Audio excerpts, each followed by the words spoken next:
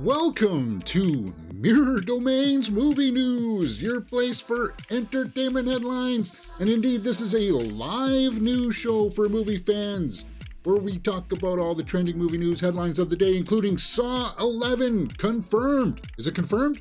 I think so. Yes, I like Saw 10, and I like that franchise. All right, what else is coming out next year? Furiosa. Yeah, that's a big one coming out. Are we going to get Godzilla Minus Two?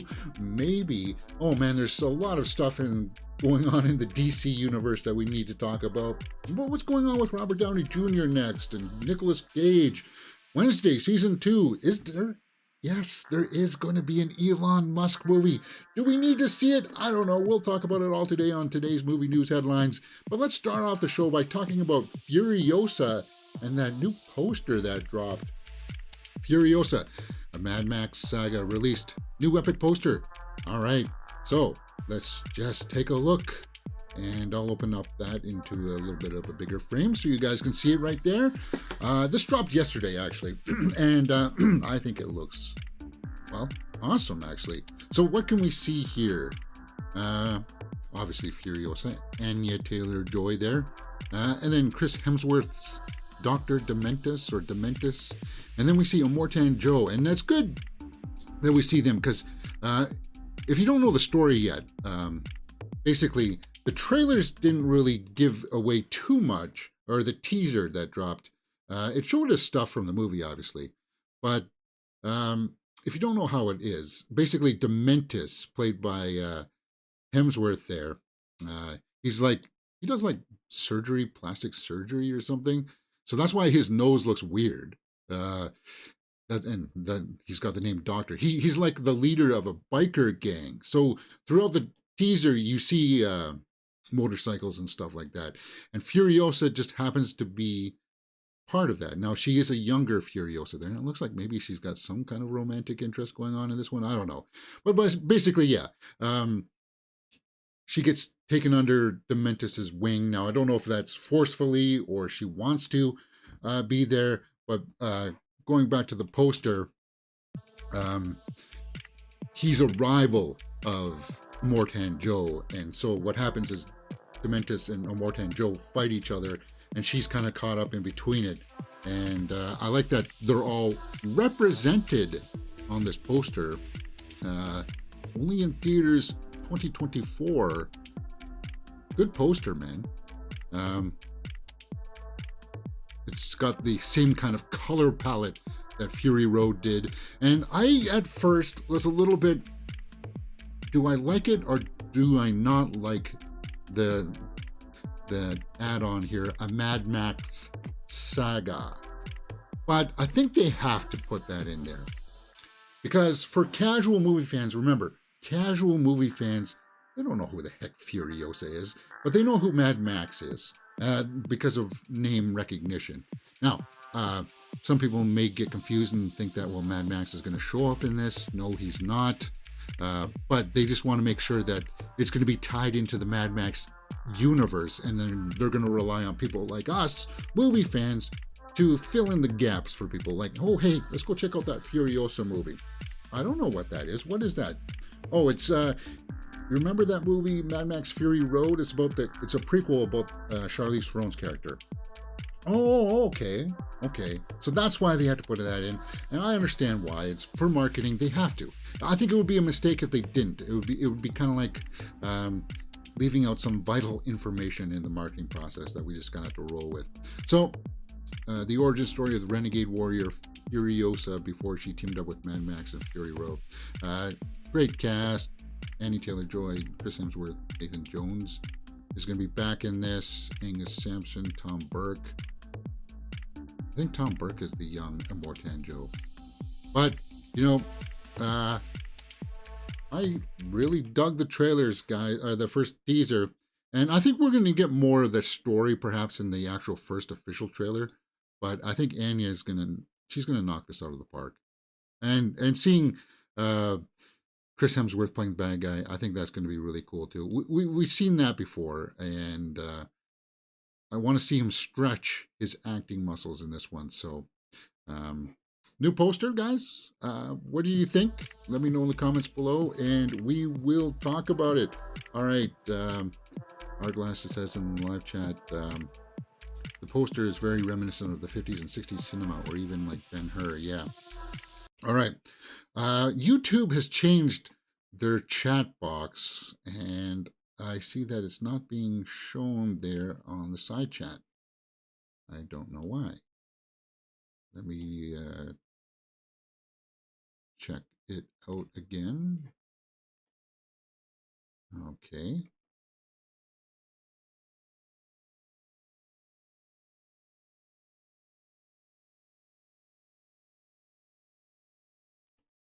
Weird. Showing that it's there. Yeah. All right. So it just took a little while to update. That's weird. It's got a bit of a lag in it. YouTube. It takes some time to upgrade some of its features at times, and it looks like it's got some bugs. So I apologize if the live chat isn't showing as quickly as it should be. We'll just have to roll with the punches. Okay. Yeah, we are a live news show. Usually at 11 or 10:30 there, and there are my other social media handles that you guys can follow there. By all means, come join us on TikTok and Instagram. Sometimes you get some behind the scenes stories. This afternoon, we're going to publish a lot more shorts. I got some good ideas that will just fun little 10-second shorts about movies and stuff like that. Things that I want to talk about. What I do want to talk about is Godzilla Minus Two, but in a precursor to this, I kind of want to preface this by saying lessons from Hollywood. Yes. Can Hollywood learn from its endeavors? Let's just start this out by talking about Anne Hathaway. Says it's a lucky thing her Barbie movie never got made. Yeah. Guys, before Greta Gerwig and Margot Robbie made their Barbie movie, they were trying to forever get a Barbie movie made. And at first, it was Amy Schumer that was brought on to be Barbie. And yeah, oof. Yeah, I don't think anybody wanted to see that movie. Because it would have been a little bit more, well, it would have had a lot more laughs in it. Or it would have been more of a comedy and a lot more of a satire, like really more into the satire, weighing heavily into the satire, right? And then Amy Schumer said, oh, they're not going to make it the way that I want to make it, so I'm stepping away from it. They tried to retool it. They brought on Anne Hathaway after that, and Anne Hathaway said, well, it's a good thing that they didn't make that movie, because Greta Gerwig hit a bullseye. The bullseye caused the entire world to reach this level of ecstasy with the Barbie movie that we got. So there was an iteration, there was several iterations that were there. And I think I agree with her assessment that if they had made that Barbie movie, they forced it through, they would have ruined the property to the point where nobody would have been wanting to see the Greta Gerwig, Margot Robbie Barbie. No, Anne Hathaway's good, but I don't know if it just wouldn't have been the same movie, right? So in an interview or in an episode of Happy, Sad, Confused podcast, she said about this, the thing that's so exciting about what Margot and Greta and Ryan and America and that entire phenomenal team did is hit the bullseye. Yeah, the bullseye caused the entire world to reach this level of ecstasy. Now imagine that version, that much energy, that much anticipation, that much emotion, but it's not the right version. So I actually think it's a lucky thing that Sony movie didn't get developed. So it was Sony that was going to develop it, right? Then she just goes on to praise Margot Robbie. But I just wanted to say there's a lesson there. They tried several times, and this happens with multiple IPs, multiple properties in Hollywood, where it's just kind of like they try to get something going, but it's not quite the right one. So imagine if they did something silly, like trying to get The Crow remade or RoboCop remade, and they just don't have the right one, right? They just don't have that right mix. Then you get that RoboCop reboot, or you get that maybe that Crow reboot where he doesn't wear the makeup through the entire movie. Imagine something audacious like that, where you're just not learning your lessons. So I think we escaped a little bit of a bullet from that one a little bit, right?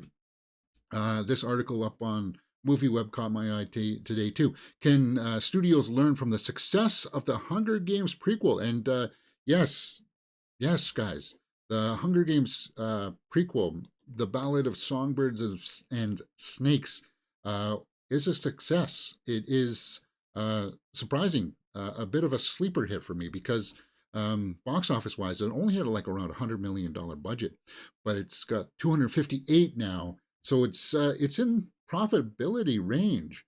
And to that, I say kudos because well done.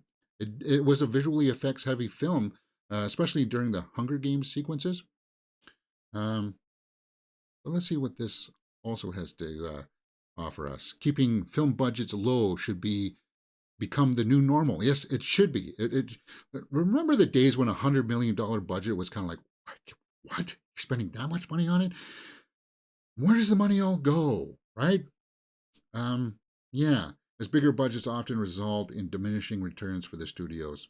The success of Hunger Games prequel challenges the notion that big-name stars draw crowds to theaters as the film's cast and manageable salaries are still performed well. Yeah, well, Tom Blythe and even Rachel Zegler worked, but the Hunger Games prequel here did have big names like Viola Davis, right? So you can still make these movies effectively. I would. I actually am like in this close to saying that I will go to the theater to watch this one again because I want to see it. I just like being in that world. They did a good job with it. It's growing on me. But yeah, so the lesson here is that it's that $100 million budget. Can you keep it low? Can you keep it low and so that you don't need to make $500 million at the box office to be profitable? Yes, you can. So how does this all tie into Godzilla? Well, Godzilla Minus One director would like to make the sequel. Good. And we heard that the reports for the Godzilla Minus One budget was around $15 million, but it may not have even been that high, right? Maybe even with marketing costs, it would have been around 15 million because it didn't really have a huge marketing campaign. But yes, based on what Godzilla Minus One has done at the box office, it is worthwhile. Well, money talks, right? 52 million worldwide. And I think that's even a little bit lower because I don't think we have the full international slate yet. I don't think that's all of the Japan's numbers. Plus, you got to remember, over in the UK and Europe and stuff, Godzilla Minus One opens up this weekend. So it's opening up in other markets now, and just this good word of mouth. It's going to be like at least 75 million, I think, when all said and done, for the budget of it. And they should learn. Hollywood should learn from that, right? Keep the budget low, keep it down. Traditionally, when something does well like this, they want to double the budget, and then that's the lesson that we have to get away from. Okay, the sequel did well, but why are we doubling the budget then for the sequel, right? Well, because it did so much, we can spend more on it. Well, what are we spending more on? Are we on just the visual effects? Does the script call for that? Right? I don't know. So those are the points that I wanted to make about this. So Godzilla 1 director would like to make a sequel. Takashi Yamazaki would like to make a sequel. Yes. So in a recent Toho release, yes. Let's just get down to the quote, James. Sanspo? Is that a outlet over there? Yamazaki said, quote, "I've always wanted to make a Godzilla movie. This was the moment when my dream of 50 years came true, but I'm going to miss it. I wonder if I could make one more film." Written and directed, Godzilla Minus One already sees a devastating post-war Japan facing a new threat in the form of Godzilla. So, could there be a sequel? Well, of course, Godzilla is like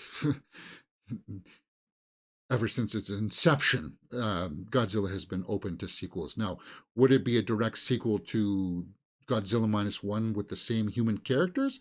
I think Godzilla lends itself to like what World War Z was supposed to be kind of like, and what they're doing with the Quiet Place universe, where it's kind of like, okay, you know how we're getting Quiet Place Day One, where it's yeah, it's in the same universe, but it's a different chapter. It's like a different set of people in the same set of circumstance, well, different circumstances, but dealing with the same kind of threat, right? So you could take it from that angle. And I could see him taking on another Godzilla story, because I think the human characters in the Godzilla Minus One story, those story arcs are done, and that's something that Hollywood doesn't seem to learn from. It's okay to move on with different characters and just have like the main threat still be there, but for some reason, well, it's Millie Bobby Brown, we got to bring her back, or you know, some other big star. Well, the first one did good, and that those stories were done, but we're going to bring them back anyway. Kind of like what they're doing with Black Phone 2, which I don't really like. Those stories, the main human characters in Black Phone, that story arc was done. I don't see where it could go else with that. So it's like sometimes you're just kind of like, well, you're pulling your hair out. Megan 2, that's going to come out. All the human characters in that story was done. So why are we bringing them all back? I don't get that. So Hollywood still needs to learn some lessons. They'll get it eventually, maybe when they start to lose, like, well, why is this franchise fizzling out now? Because you're going back to the well too many times. At least with Godzilla, as I said, and like Quiet Place. What else is doing this recently? Bird Box. Bird Box is doing this, where it's the same kind of threat, but it's like different people. And that's what World War Z was supposed to be like. But we never really got that one. But just some food for thought. And I hope that I hope Hollywood does learn some of its lessons. Talking about horror movie news, though, let's talk about the other big headline of the day. Saw 11. Saw 11 set for fall 2024 from Lionsgate. The franchise returns September 27th, 2024. Wow, they set in stone the release date. Guys, I don't understand this. I guess it would have the full October run then, right? For Halloween. I thought it would be like maybe the first or second month or second week of October. I didn't even realize they would have a script ready for this. And this is something else, too, that they need to learn. You've set a release date, but do you have a script? Do you have a director? Do you have a cast? I wouldn't set the release date if you don't have all of those three things in order, right? So let's just find out a little bit more. Oops, that's Annie Taylor-Joy for an advertisement. My apologies. So the latest installment, Saw 10, which was great. I really liked Saw 10. It was a surprise. Actually, the last two Saw movies have been really good. Jigsaw took it in a direction that I didn't think that it would work. They did something very similar to that kind of twist in Jigsaw for Saw 10 by making it an installment that takes place between Saw 1 and 2. So sorry for spoiler alert. But yeah, Saw 10 wasn't the first crack at that kind of an angle on the franchise. But they've breathed new life into the franchise because of Saw 10. Kevin Grutert, sorry, I need to figure out how to pronounce his name. Anyway, there are so many directions we can go, but for me, there's no obvious one coming out of this film. I really wanted it to feel like a kind of send-off for the Jigsaw character, but never say never. But, okay, the thing with, and this is a good example, what I'm talking about to buttress my points about Hollywood learning its lessons. Saw is a great franchise to have an example of this, because they drove it into the ground, the Saw franchise, by just rehashing the same story over and over again. Okay, it's just a new group of people with going into the different type of traps, but they've somehow managed to reinvent themselves with Saw 10, and it's kind of like, well, it's the same threat, but it's a different scenario. It's a different angle of looking at it, right? Of the Jigsaw, right? And I dug that. So try to find a different angle to come in at it, right? So that's good. And yeah, that had like a $13 million budget, grossed over 107 million. So yeah, we're getting a Saw 11. Money talks. We know that. So Saw and Lionsgate's social media have announced the new installment. So if you follow them, the game continues. And it's just a bunch of Roman numerals. And of course, X and 1 there for 11 have been emphasized. I don't know how to read these two particularly. Whatever. What do we got here? We got 9. That's a 9, right? And then XX is 27. 9, 27. And then M is 50, right? I don't know. Something 4. 24. Yeah. 2024, right? M's are 10? No. Yeah. 2024. The game continues. Yeah, something like that. I don't know. Whatever. So, this confirmation, guys. As I said, I don't know if there's a script. Well, I'm sure that Tobin Bell will come back to it. I mean, hey, it's a paycheck. And I think he enjoys this new fresh spin that they've been able to put on him. Saw 11, guys, fall 2024. Yeah, they can turn these out rather quickly. And yeah, again, take a lesson from Godzilla Minus One. Well, they know to keep those budgets low. They know that. I wish that the bigger, higher budget movies could figure that out too.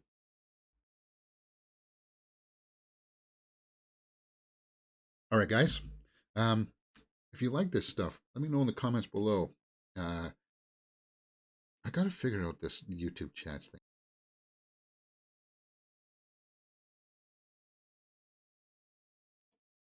Sorry. Yeah, they've readjusted things. And it's frustrating. I'm sorry.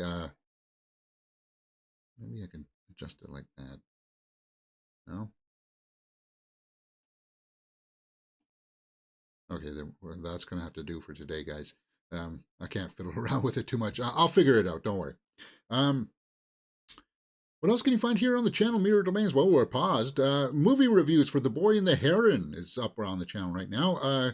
Yeah, go check that out. Oddly, I had fun with Leave the World Behind. Yeah, it was a bit long. It had some pacing issues, but I didn't realize that a lot of people don't like that film. And it's going to be one of my more favorite films of December. Godzilla Minus One review is up on the channel. Go check that out. I do an in-depth analysis of that, as well as the Hunger Games. Well, we've been talking about that. We're in the midst of coming down to the finale, actually. 2 more episodes left of Survivor, Season 45. Come join us for that. And we're having lots of fun watching Hell's Kitchen. Season 22, come join us for that. And of course, then we know that we do movie news throughout the week here, where we talk about all the big trending movie news headlines. Lots of fun stuff here.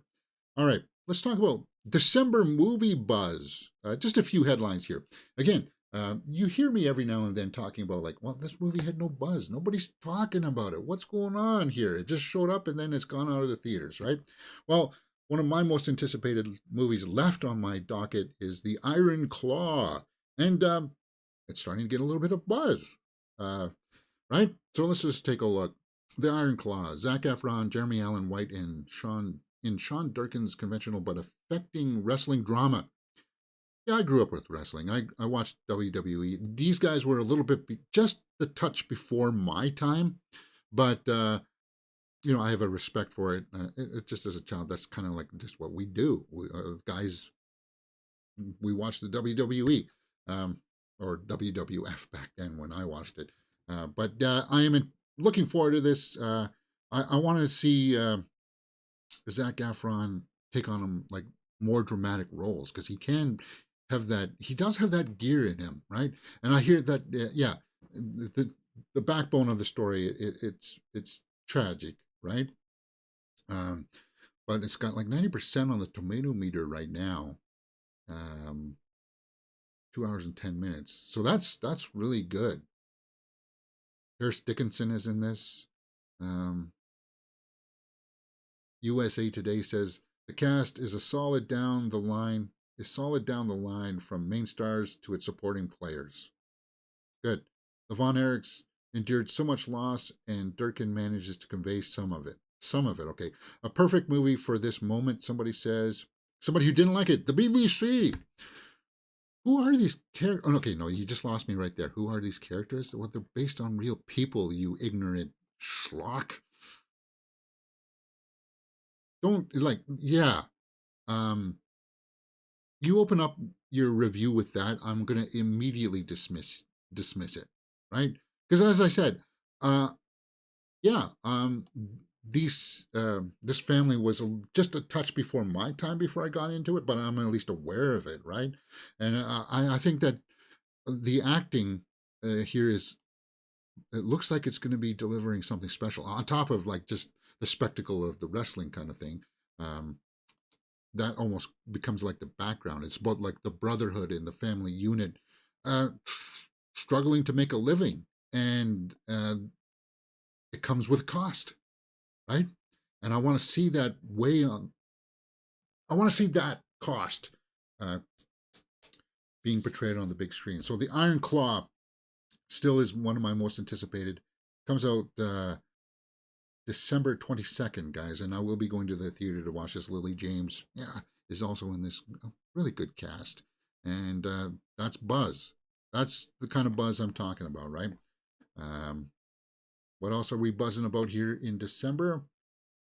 Is anybody buzzing for The Color Purple? Well, Hollywood Reporter would have you buzz about it.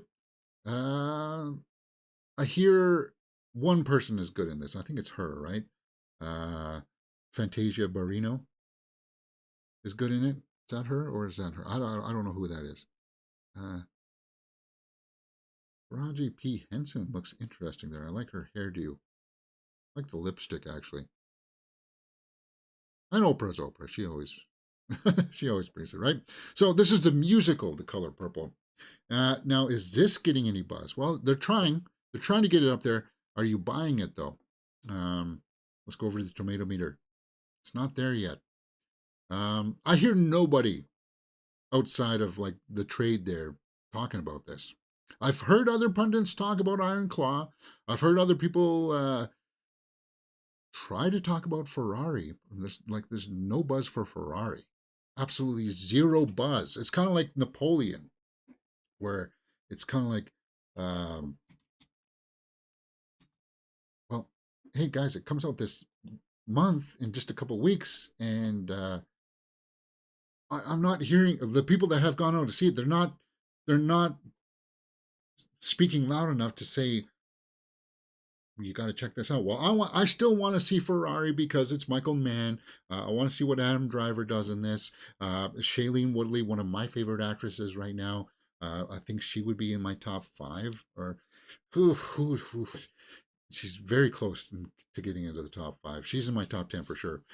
She's in this, and I know I think with Ferrari, people are expecting like a lot of driving sequences and stuff. But it's kind of like, and Penelope Cruz, I hear good things about her. I hear great things about Penelope Cruz, so I want to see it from the acting perspective.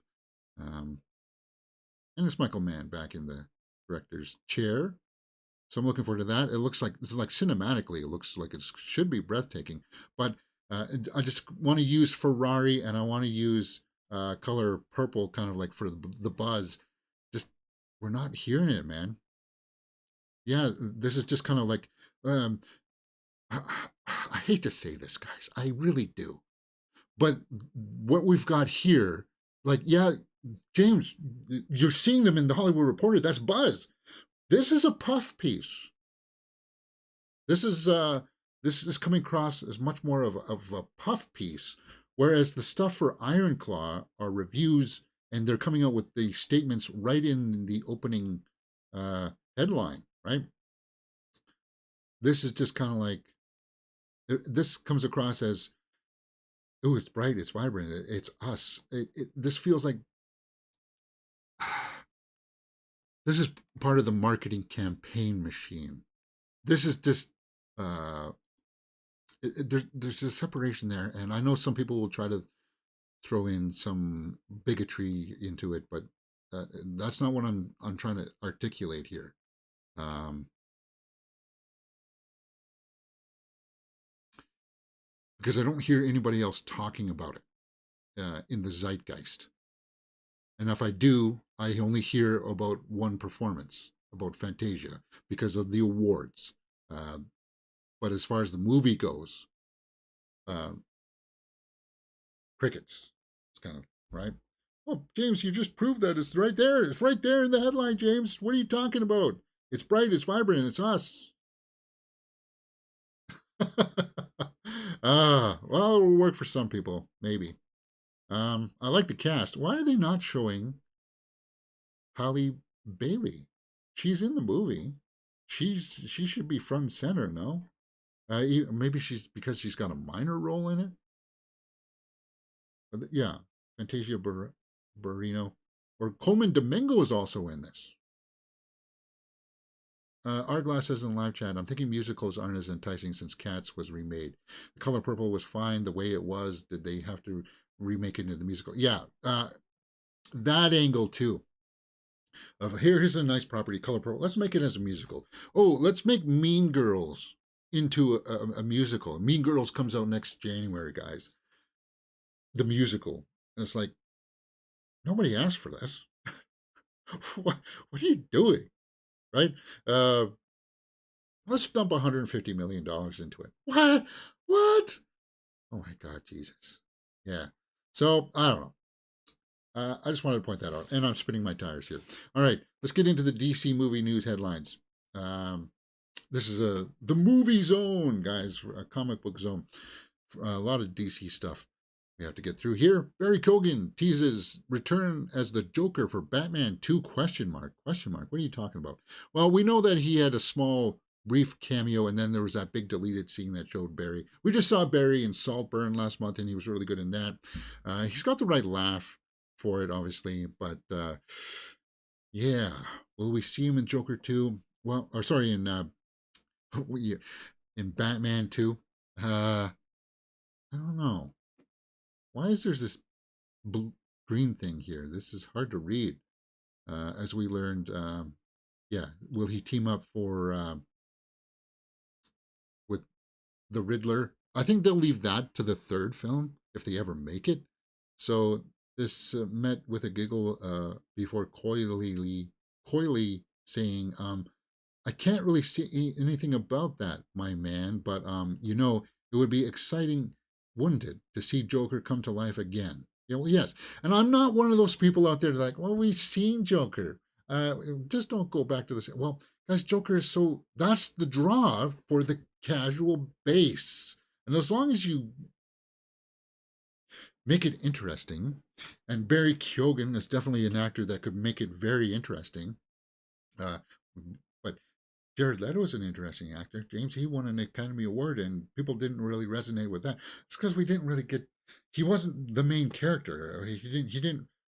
We didn't draw. Anyway.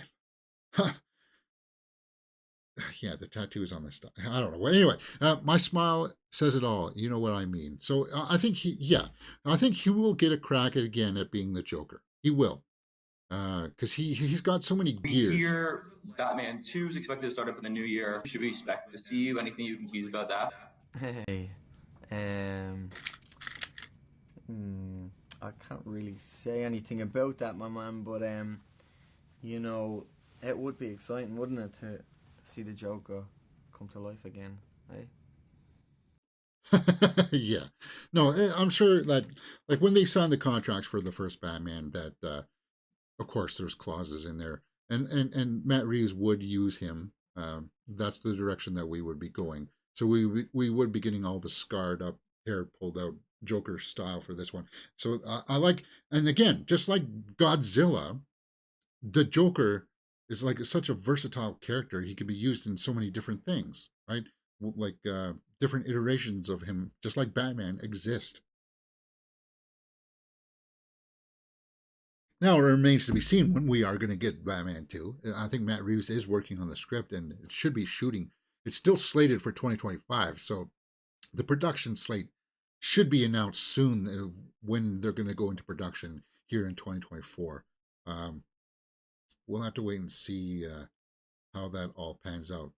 But in the interim, over on Tubi, if you want to see the Batman and the Suicide Squad and more DC movies and TV shows, Tubi is going to set to stream them. Really?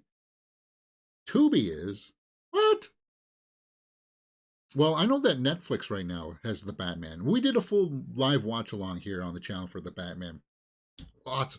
I really like the Matt Reeves Batman, and I didn't think I would.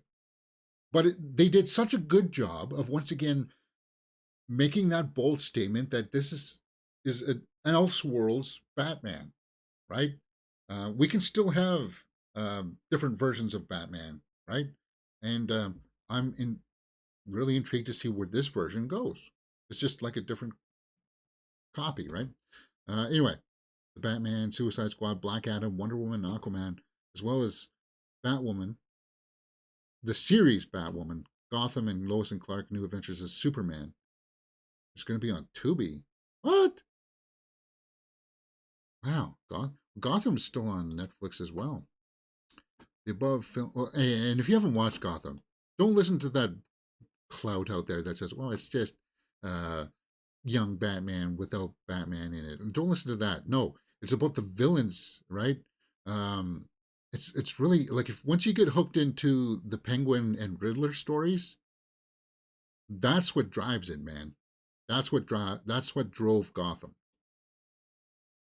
For me, at least. And then, of course, when you get Jerome and their version of the Joker, that show just took it to the next level, right? And then again, talking about the Joker with Gotham, what Cameron Monaghan did with Jerome and the Joker, we saw different iterations. We saw the one with the pale skin. We saw the Joker with his face cut off and stapled back on in Gotham. Yes, they took it to that level, and that's why it's worth checking out, man. And just forget about all that.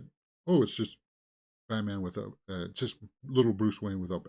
Forget all that stuff. And forget that opening mantra that people try to say too, that it's supposed to be Gotham PD without. No, it's not just about Jim Gordon. It's not. There's so much more to it. Anyway, Lois and Clark. Anyway, that's like one of the last few TV shows where I was just on board with actually, like, I was anticipating for the next week. Like, it's rare that when you got like a TV show crush. Like, we've all had them. Lost, I had a TV show crush on. The up to about season 7 of Walking Dead, I had a TV show crush on. I was like, can't miss TV, right? I was anticipating the next week. My palms would be sweating watching Walking Dead sometimes when Rick would be throwing down with some bad guys. And Gotham was another one of those shows where I was just kind of like, I got sucked in, but it was because of all the bad guys, right? As well as above film titles, Birds of Prey, Green Lantern, Wonder Woman 1984 will be on Tubi's on-demand lineup in 2024. So, and Tubi's for free. That's weird. Of course, it's got ads, but we'll get through that. All right. I want to talk about this story a little bit. Zachary Levi on Shazam's DC Future and Sean Gunn playing Maxwell Lord in Rebooting the Universe.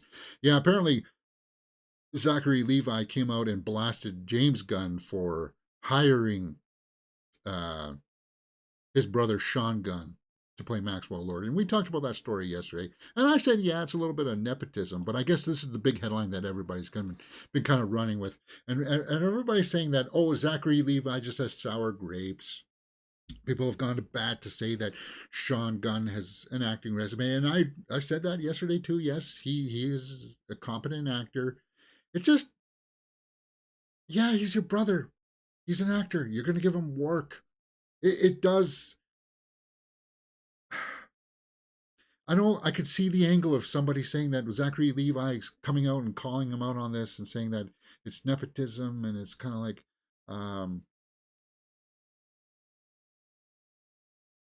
it just feels weird, right? So he said, what did Zachary Levi say about this regarding the insider knowledge? I'm really proud of both the Shazam films. I really think the second film is, in some respects, respects better than the first. No, it wasn't. And the first was really good. I'm really proud of them.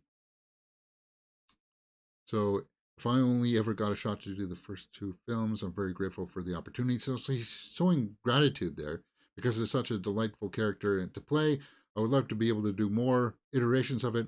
I would love to collaborate with Nathan Fillion's Green Lantern. Yeah, I think a lot of people, but I don't think, I think that version of Green Lantern is going to be like a one and done kind of thing. I think James Gunn is kind of like, he will kill that Green Lantern so that we'll get to the other Green Lanterns. It'll be kind of played off as kind of like a funny thing, like what they did with the opening of the Suicide Squad. I think that's what's in plan for that.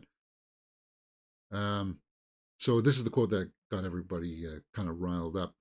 When you're the brother of the guy who runs DC, I guess you get to play whoever you want. And some people have read that in as sour grapes. A lot of comments here.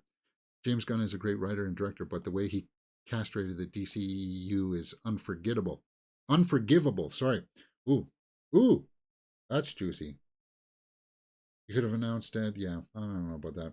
I have no problem with Gunn using his brother. Raimi did it all the time. Yeah, so Sam Raimi did it all the time too, right? Ted Raimi was always in his films, right? Ron Howard, Arglass says, casting his brother Clint in all of his movies. Yeah, that's the running thing. So this time around, as I said, and it's not as if we don't have a Rob Zombie, Sherry Moon scenario going on here with Sean Gunn, where it's kind of like, he's not that really good of an actor. My God. And you're still bringing him through. It's not like that, where Sherry Moon's kind of like, she's only got one gear. And it's kind of like, oh God, that's terrible. But because it's his wife, Rob Zombie's going to cast her and everything. It's not like that. It's not one of those scenarios. All right? So that's the way I choose to look at it. Yeah. Let me just highlight.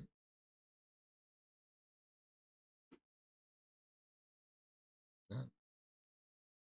Why is that not showing? Engage with your audience. I don't know. Why is it? I'm sorry, Artglass. That whole. Let me see if I can put that up. No. It has to do with my crop. Maybe that's what. Ron Howard was famous for casting Clint brother in his movies. Not the first time it happened. Won't be the last. Sean Gunn is a good actor in his own right. Media stirring pot. Yeah, exactly. And other pundits as well. So, that's why I went over. I glossed over it yesterday in a very minor way, where it's just kind of like, yeah, that's what it is. All right, that's enough. Move on, James. Other DC headlines. This is not a big thing. James Gunn confirms fans' burning question about Nicholas Holt's Lex Luthor. Will he be bald? People were saying yesterday, oh, it's confirmed yesterday that Nicholas Holt's going to be Lex. Guys, that was a while ago. What are you talking about? But will he be bald? I'm sure that he will. James Gunn officially confirms Nicholas Holt as Lex Luthor. Yeah, we know about that. So, will he be bald? OFC. I have a real question. Will he be bald? OFC is his response. Of course. Yes, of course. Yeah, of course he will. He was bald in all the iterations. It's just people got a little bit scared when Gene Hackman first came on to the first Superman, and he was like, I'll do it, but I don't want to be bald. So that's why people were worried about it. Now, eventually, at the end, I think he did shave himself, or they put a bald cap on him for the final shots of the first Superman movie. But Eisenberg went bald. Spacey went bald. He'll be bald. And we've seen iterations of Nicholas Holt in other movies where he was bald. He actually looks really looks like Lex Luthor when he's bald, right? Like there's a shot of him. Yeah. Right. Is that all the DC headlines? Oh, we got one more. James Gunn shuts down rumor that Kurt Russell's Superman legacy. So Kurt Russell, there's some rumors out there. This was just fish. This was a fishing story. Probably by somebody like Mike Zero or something. Ooh, did I just throw some shade out there? Like those fishing channels like that try to start the gossip and stuff. Ooh, let's see if I start this rumor that Kurt Russell is going to be Jor-El in the Superman Legacy, and that's how these kinds of things go along, right? And it's fishing. I don't look down on it. It's a way to try to get information out of people, especially since James Gunn is so responsive to people. Uh, yeah, so he shut it down. Hey, Kurt Russell's a competent actor.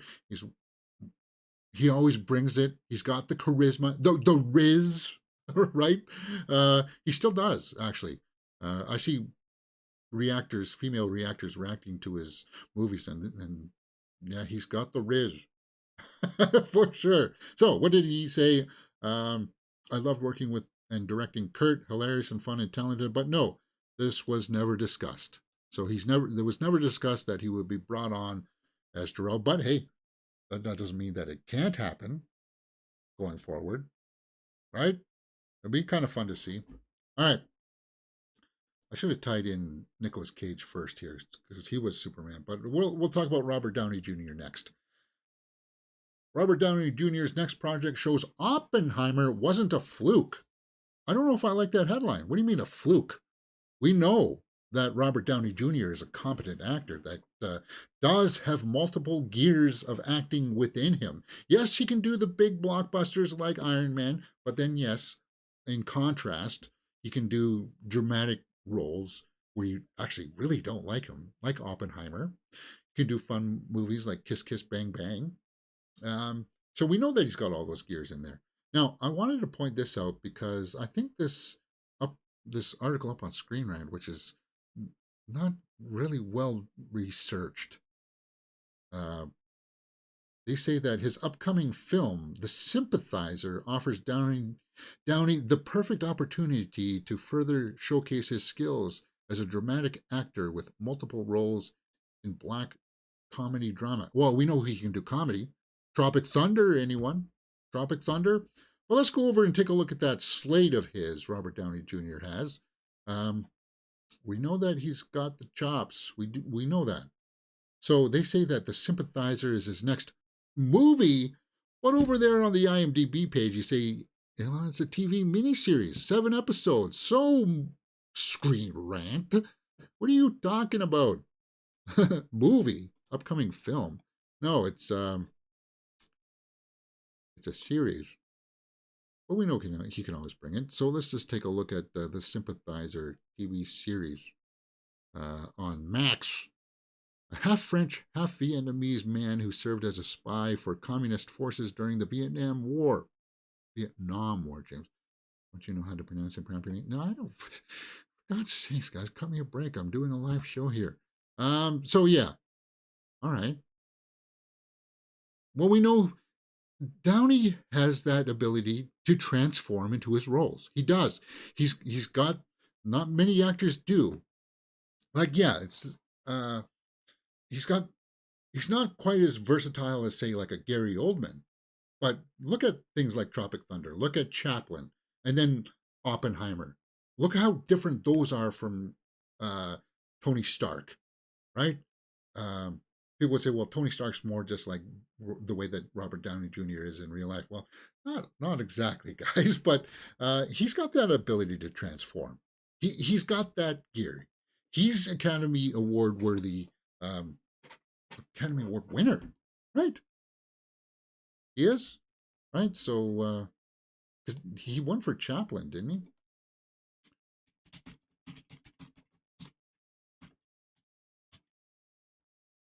And I think he is going to win for Oppenheimer, right?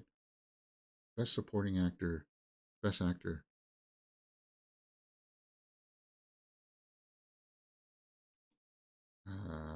For leading roles, 1993.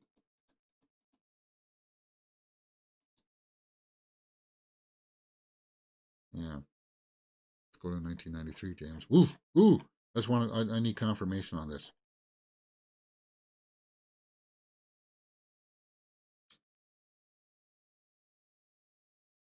Where is it? Chaplin. No, Al Pacino took it down. He was nominated. It was Al Pacino took it down for A Scent of a Woman. But he's worthy, right?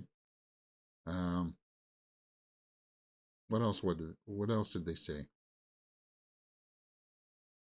Did he get a supporting role for something? Best Supporting 2029. 2009 Best Supporting. Was that just a nomination? Sorry, guys. Hey, at least nobody will accuse me of not doing my research, like some people out there saying that a movie didn't make $250 million. Hey, that's only for us big movie insiders. That jab I just took there. But we just like to poke fun at each other here. I don't mean any malice behind that. Yeah, some guy on his big channel yesterday was saying that a certain Tay-Tay movie didn't make $250 million. It did. Anyway, Christoph Waltz in 2009 took it down for Inglourious Bastards. What are they talking about here? No, 2008. Heath Ledger took it down for The Dark Knight. Yeah, you're not going to beat.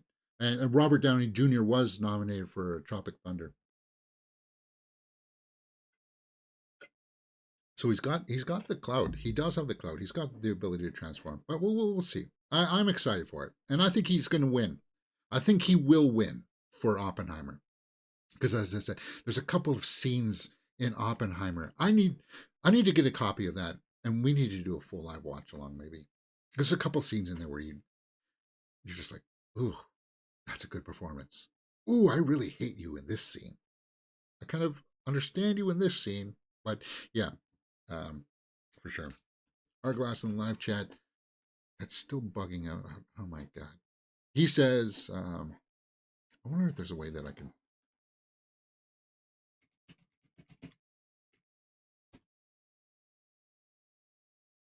I've been watching Monarch Legacy of Monsters, and Kurt Russell is the best part. I've been looking forward to Kurt Russell Jor-El, our glass says. Yeah, that would be nice. It'll be interesting to see a different take on it. Kurt Russell as Jor-El. All right, what do we got here? I'll take that bet. Bradley Cooper is going to take Best Actor. Or you think Bradley Cooper is going to take Best Actor, huh? I love RDJ. Albert Einstein was totally crap about RDJ and Oppie. Was talking crap about RD. Oh, okay. Bifer says. Let me see. Let me take a pause here, guys.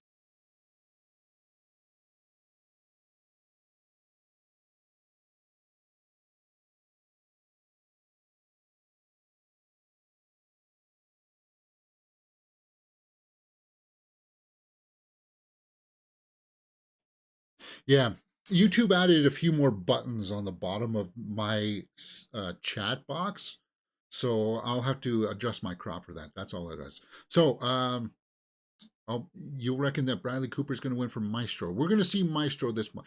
Again, it's got a little bit of buzz, Maestro, but not a whole lot, right? Bifer says, I loved RDJ. I thought I've seen Albert Einstein was talking crap about RDJ. Yeah, well, yeah. We should.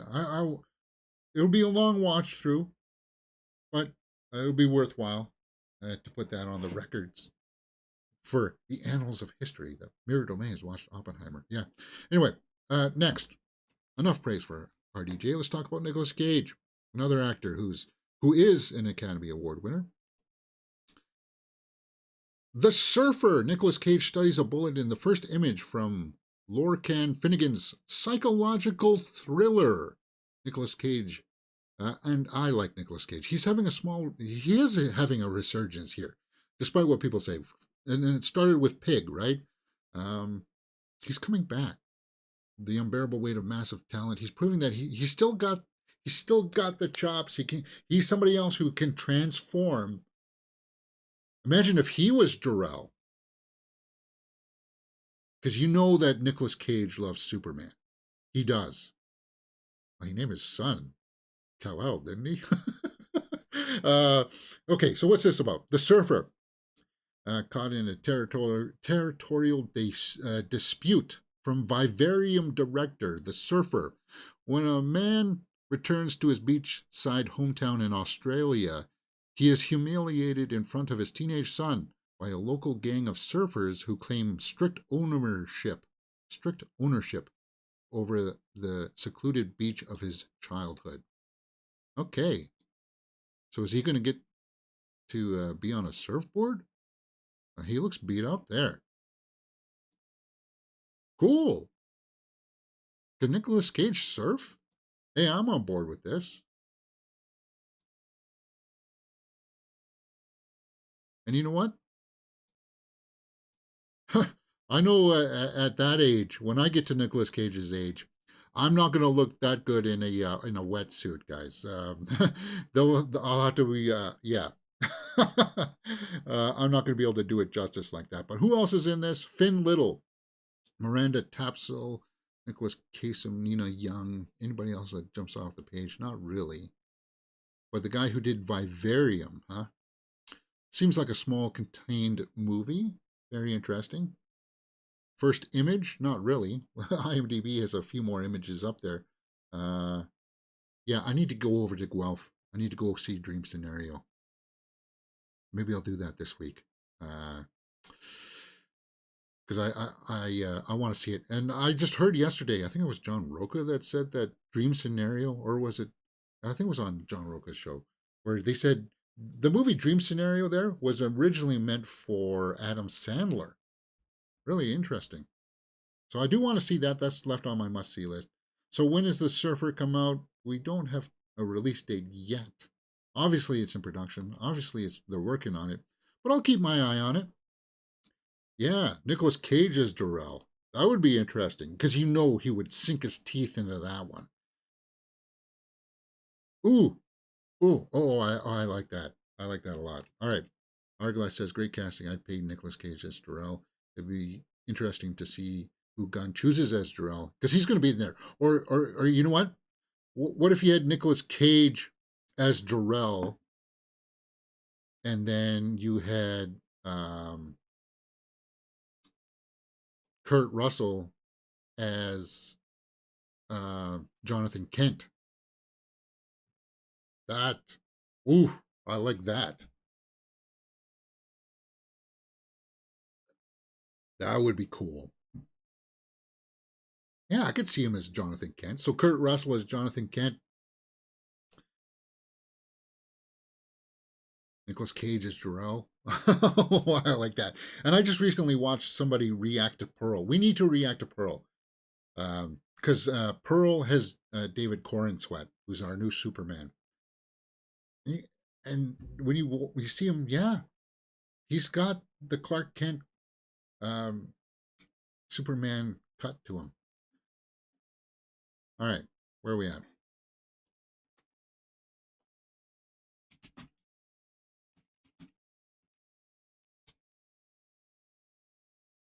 I'll show you what I mean. When he's like, "You're scaring me, Pearl." Of course, you know that. Yeah, he's slightly. No, that's not the shot that I wanted.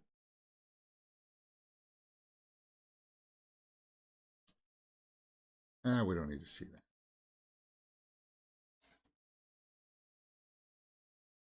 Let me see if I can find a shot of him not being excised. If you guys didn't go to the theater to see Pearl, I'm not seeing it. Bummer.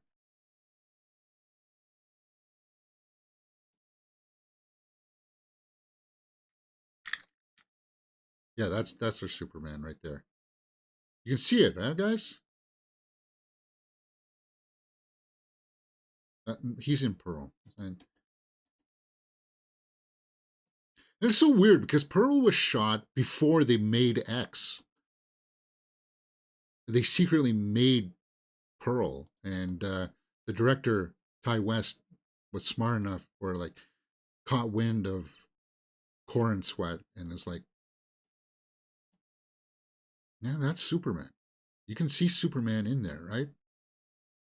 Anyway, I'm looking forward to Superman Legacy. Interesting casting ideas. Arglass says, yeah, Kurt could carry off Jonathan Kent with the wholesome owner look to him. Yeah. I just hope they go with the heart attack route with Jonathan Kent. Not that tornado stuff. No. You don't need to reinvent Superman, for God's sakes. Anyway, let's move on. We're running out of time. Wednesday, season 2. Just a quick story here, guys. Wednesday, season 2 story change will make a fan favorite character even better. So, fan favorite character, who is it? It's Enid. Enid, what? The horror tone will make Enid's character even better. Well, because she was a werewolf, right? These two actresses, they had good chemistry, bouncing off each other. They hate each other at the beginning, and then they become friends. They come to really trust each other, right? And I like that dynamic. And the actress who played Enid did a really good job. Enid is a linchpin to Wednesday's character arc, and even if she turns out to be a positive influence on Wednesday, otherwise pessimistic personality by the conclusion of the series. God, Jenna Ortega was so great in it. But they're shooting it early next year, guys, so it's going to be back on schedule. That's one of the reasons why Jenna Ortega will not be in Scream 7. I don't think Scream 7 is going to happen. I think they should just push it until the blowover that people... it doesn't seem like Melissa Barrera's slowing down on all of her statements, so they've got to retool it. They've got to retool it so that wait until Jenna Ortega's schedule opens up again, make her the main character of the Scream movie. Although I don't know how that's going to work going forward. I don't know. Scream was kind of like a franchise where they did a good job of breathing new life into it with Scream 5. They did a really good job by looking at it by a different angle. But Scream was like, from Scream 4, which I liked. I really liked Scream 4. We did a full live watch along to all the Scream movies. We need to do Scream 6 watch along, right? We'll do it next year. But yeah, Enid is yin to Wednesday's yang. Yeah, they were. Scream was like this close of turning into the Saw franchise, of just having the same, we don't know who the killers are. It's going to turn out to be some of the group. It's just a different cast of characters that get killed off this time. Oh, and let's kill off one of the main characters in this one. Let's kill off the main character in this next one. And it just got tired. And this new trilogy that they were trying to get off or whatever. Just wait till the same directors can come back. Wait till you can get a hold of Jenna Ortega again and try to breathe new life into it again. Look at it from a different angle. Look at maybe the collateral damage. I don't know. There's still some staples in there. It's possible with the Scream franchise, but we're digressing here from the Wednesday storyline. Whatever. One final story about Elon Musk. Yes, we are getting an Elon Musk movie. There was this headline on Hollywood Reporter. Elon Musk Twitter takeover lawsuit gains steam as judge advances investors' claims. I don't want to talk about the business side of X. There's that spin out there that he bought X so that he could run it into the ground because it was feeding people with so much misinformation. But he's part of the misinformation, man. He just activated. What's that one guy? He's like a conspiracy theory guy, Alex Jones, right? But there's a biographer, Walter Isaacson, who just wrote a book about the biography for him. He said it was idiotic for the billionaire to buy Twitter. I think what happened, like we all know what sort of like loosely what happened. He was joking around about he could have enough money to buy Twitter, and he would set it straight. And he put out an imaginary number of 40 million, which was way higher than what it was worth, or 44 million, right? Or 44 billion, sorry, billion, James. And then they called him on it.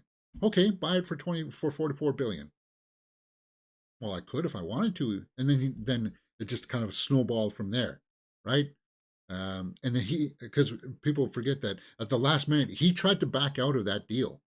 He tried to back out because he knew that it was a raw deal. But then they forced him to buy it, and then here's where we're at. Was it idiotic? Yes. We don't need to talk too much about the business side of it. I'm thinking it's idiotic to buy Twitter because he doesn't have a fingertip feel for social emotional networks. Yeah. But he's a billionaire, so he's rich. He's a genius, isn't he, James? I don't know about that. That's something that I hope that will be explored in the Elon Musk. They are making a movie, right? Darren Aronofsky is making a movie about it. But this caught my eye because Elon Musk owns Tesla, right? In the movie that's on Netflix right now, Leave the World Behind, there was a scene in there where the self-driving cars were all jammed up to get on the expressway, right? They all jammed themselves up so traffic couldn't get through there. So Elon Musk responded to it. That's interesting. Teslas can charge from solar panels even if the world goes fully Mad Max and there is no more gasoline. So he's got a sense of humor. He does, right? You thought that maybe he would react negatively to that scene. We're all brand new. Yeah. What? So, there's a bunch of them all crashed up there. So even if the world's ending, your Tesla will be able to still charge and drive around. No, but Elon, it was a cyber attack in that movie, and the satellites wouldn't work. So the GPS, we're seeing a plot point here that I didn't catch. If the satellites are down, how are these cars driving around? Yeah, granted, they don't need pilots in them. They don't need drivers. But if the satellites are down, how is the GPS working? Unless the AI granted them permission to use the satellites for this purpose, to jam up the expressway. I liked this movie, man. I liked Leave the World Behind. And I know that a lot of people are not, but anyway. Musk responded to that. Interesting. All right. Hit or miss headlines, guys. If it's a hit, we'll move on. If it's a miss, so be it. All right. I only got two, so here we go. You guys know something a little bit about innocent ignorance. Innocent ignorance is when you're like, you don't know about something, and you not knowing about something doesn't hurt anybody. Innocent ignorance, right? And you not knowing doesn't change the world or change your personality. But I am a Tay-Tay fan. You know that I am, right? Taylor Swift. Taylor Swift is Vivo's most watched artist in the US. So that caught my eye from Variety. Variety reports. But where does this ignorance fit in? Karol G is the most watched globally. Globally, for the world. Wow. I have absolutely no idea who the heck Karol G is. This is the first, as of December 12th, 2023. This is the first time I've ever heard of the name Karol G. Innocent ignorance.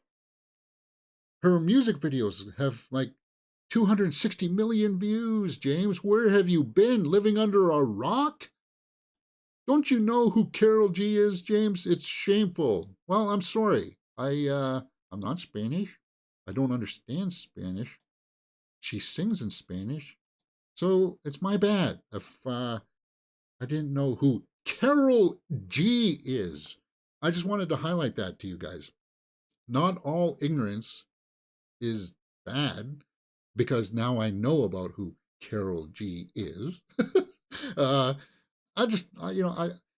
There's a certain negative aspect to the ignorant word. But this is where this is the proper time to be ignorant about something, because now I learned about who Karol G is. I just thought that was worth talking about, worth highlighting, where it doesn't hurt anybody that I was ignorant about it, right? Arglass says, I was today years old when I heard of Carol G. Yeah, yeah. Byford Hobbit says, Carol G is Kenny G's daughter. Is it? Wait, Kenny G's Spanish? I don't know. Whatever. She seems like a charming woman there. So I never heard a song of hers. Will I give it a listen? No. All right, that's a fun way to end out the show. Maybe not. Let's see if this tops it. Adam West's Batman almost battled Godzilla on the big screen. Really? Godzilla and Batman. Could that ever be mixed together? Pay attention later on today, guys. Maybe I can publish a short, a 10-second short, maybe, of Batman teaming up with Godzilla. It's in the queue. You'll see it later on today. All right. That's all I've got in the can for today, guys. I don't really have that much more to do this afternoon, so I will be publishing a bunch of shorts. I've got some ideas. I like when I get a slate full of ideas that I want to do for shorts. And it gets my creative juices flowing. It feels like I'm creating stuff, right? As much as I love doing these live shows, I got to do these shorts so that it drives traffic towards the live shows, right? Let's go over and take a look at the Twitterverse, and we'll round this off. Viola Davis to star in Kung Fu Panda 4. Okay. Kiwi Kwan in Kung Fu Panda 4. So that's announced. The trailer drops tomorrow. It's not announced, James. It's the trailer's dropping tomorrow. Guys, I haven't watched a single Kung Fu Panda. Maybe my nephew will force me to watch one of these days, because he's about the Kung Fu Panda age now. Paul Mescal, Andrew Scott on All of Us Strangers. Color Purple, well, a little bit of minor buzz there, I suppose. Maybe I was wrong with my diagnosis. Didn't know that was just P. Henson.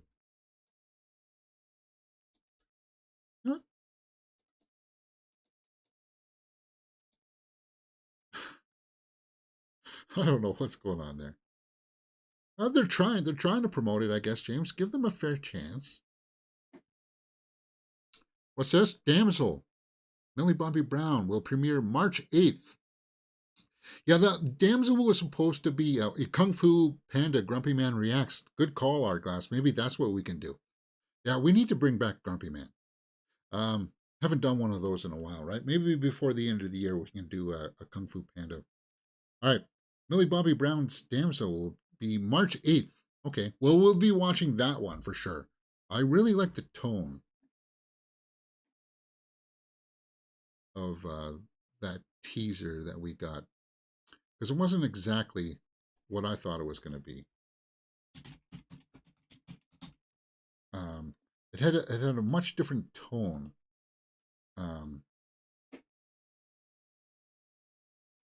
But it was supposed to come out this year, but it got pushed because I guess actors couldn't come out and promote it. Millie Bobby Brown's going to be like her career. She's going to be great. I don't know if she's got that ability yet to transform. Like, yeah, she transformed into 11, but and I do like the Enola Holmes series. But we'll see. Damsel, March 8th, guys. March 8th. She fights. She gets sacrificed to a dragon in a big mountain to keep the peace, and then she ends up fighting the dragon.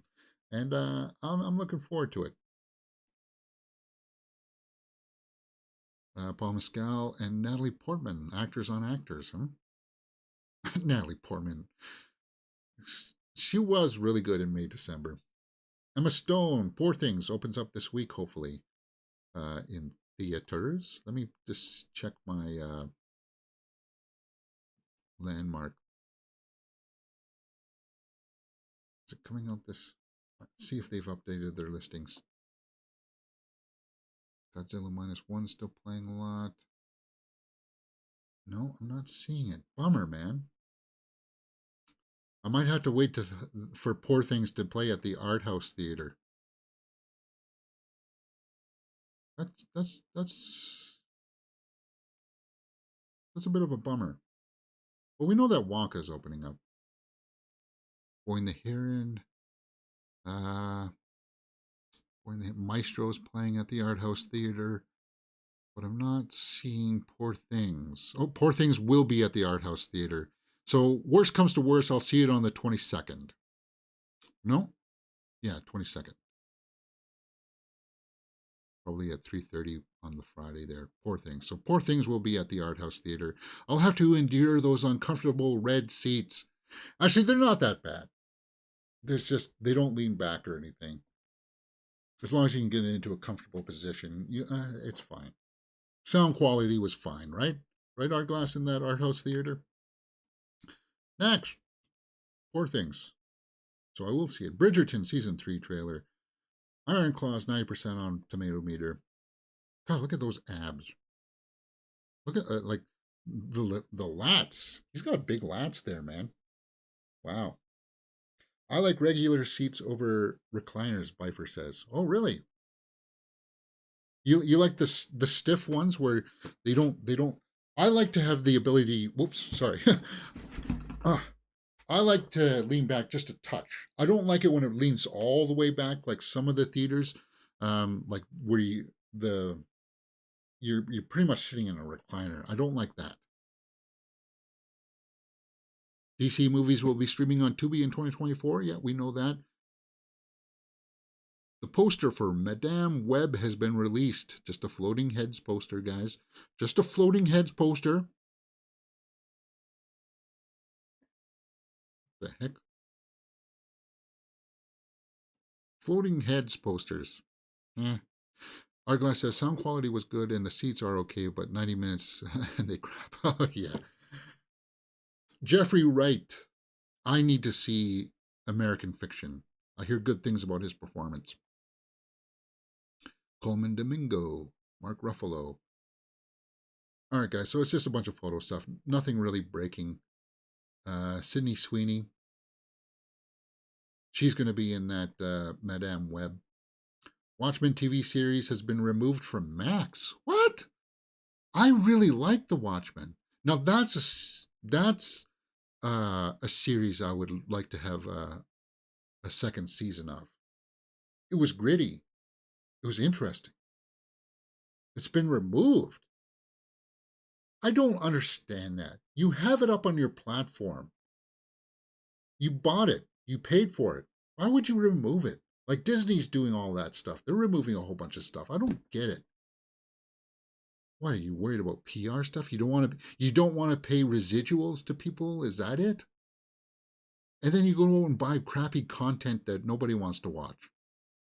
It might as well just go over all on Tubi and flood it with ads. What are you doing? Anne Hathaway talks about the Barbie situation. We started the show with that. Anne Hathaway was originally cast as Black Cat for Spider-Man 4 with Sam Raimi. Well, she was Selena Kyle, so there you go. All right, guys, I'm really running over time. I got to get out of here. All right, guys, hit that thumbs up button. Join us tomorrow for more movie news headlines, and pay attention later on this afternoon for those shorts. I'm ready to rock and roll with some of those. And tomorrow will be Taylor Swift's birthday. Your thoughts on the Toronto debacle? Oh, Bifer, we can talk about that just for a quick second. Yeah, Shohei Ohtani was in talks to come over to the Toronto Blue Jays for a while. They were in the running. They did put an offer up on the table, but he ultimately signed a contract with the Dodgers, so he's not moving that far.